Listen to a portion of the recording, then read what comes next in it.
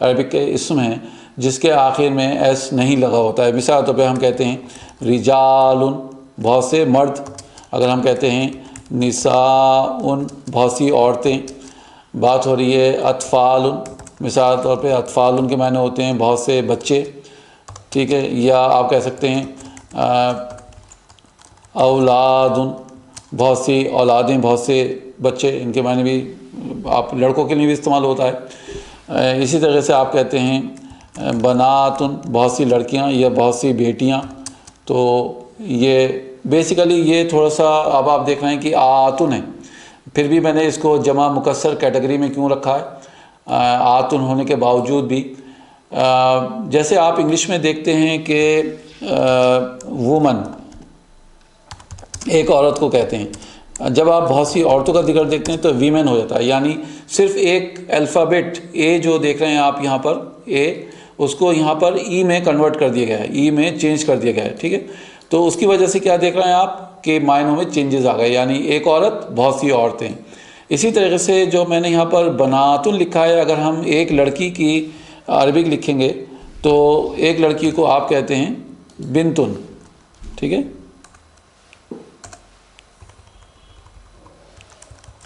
بنتن کے معنی ہوتے ہیں ایک لڑکی. لیکن جب آپ بہت سی لڑکیوں کا ذکر کریں گے تو وہ ہو جاتی ہیں بناتن. تو یہ فرق ہے. اب آپ یہاں پر با کے نیچے زیر دیکھ رہے ہیں بیسیکلی، اور یہاں پر با کے اوپر زبر دیکھ رہے ہیں. یہاں پہ با کے پہ فتح ہے. تو یہ بنیادی فرق ہے دونوں. اسی وجہ سے یہ کہا جائے گا کہ یہ ٹوٹنے کے بعد نیا ورڈ بنا ہے. ٹھیک ہے. یہ مکسر ہوا ہے اور مکسر ہونے کے بعد یہ ایک نیا ورڈ بنا ہے. تو اسی وجہ سے ان کو کہا جا رہا ہے کہ یہ جمع مکسر کیٹیگری میں جائیں گے، یعنی بروکن پلورل کیٹیگری میں جائیں گے انشاءاللہ. ٹھیک ہے. تو یہ کچھ ورڈز ہیں جیسے آپ دیکھ رہے ہیں. اگر میں کہتا ہوں مثال کے طور پہ جمالن، جمالن کے معنی ہوتے ہیں بہت سے اونٹ، کیملز. اگر میں کہوں جبالن، جبالن کے معنی ہوں گے بہت سے پہاڑ. ٹھیک ہے. تو یہ سارے ورڈ جو ہیں میں بہت سے یعنی پلورل کہہ رہا ہوں، لیکن کسی کے بھی ورڈ کے آخر میں، کسی بھی اسم کے آخر میں آپ اونا، اینا یا آتن لگا ہوا نہیں دیکھ رہے ہیں. یعنی یہ سارے ورڈ جو ہیں بنا ایس کے ہیں. ٹھیک ہے. تو اسی وجہ سے ہم ان کو جمع مکسر کیٹیگری میں رکھ رہے ہیں. ٹھیک ہے. تو اب الحمدللہ یہ سب سے پہلے جیسے میں نے آپ کو بتایا کہ آپ دو کیٹیگریز میں اس کو ڈیوائڈ کر لیں. جمع کو جو بھی آپ نے پڑھیں، جمع سالم، جمع مکسر. اب ان کی فردر ڈویژن ہوگی. ہم اور مزید ان کو دو ڈویژنس میں کریں گے. تو میں بہتر یہ ہے کہ کنفیوژن سے بچنے کے لیے ہم ٹیبل ڈرا کر لیتے ہیں، کیونکہ بات یہ ہو رہی تھی کہ ہمیں 6 جمع مختلف طریقے کے جمع پڑھنا ہے. ٹھیک ہے. تو ان 6 مختلف طریقے کے جمع کو ہم دیکھ لیتے ہیں. آپ کے اسکرین کے اوپر لکھ دیتا ہوں میں.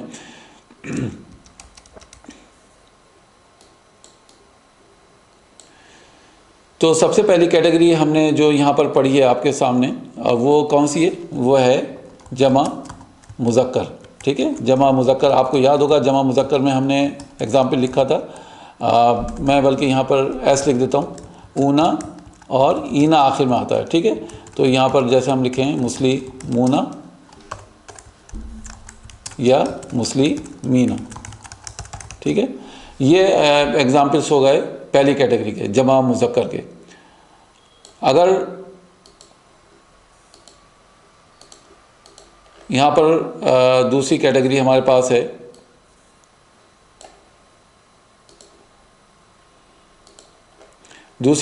ہمارے پاس، اور وہ ہے جمع مؤنث.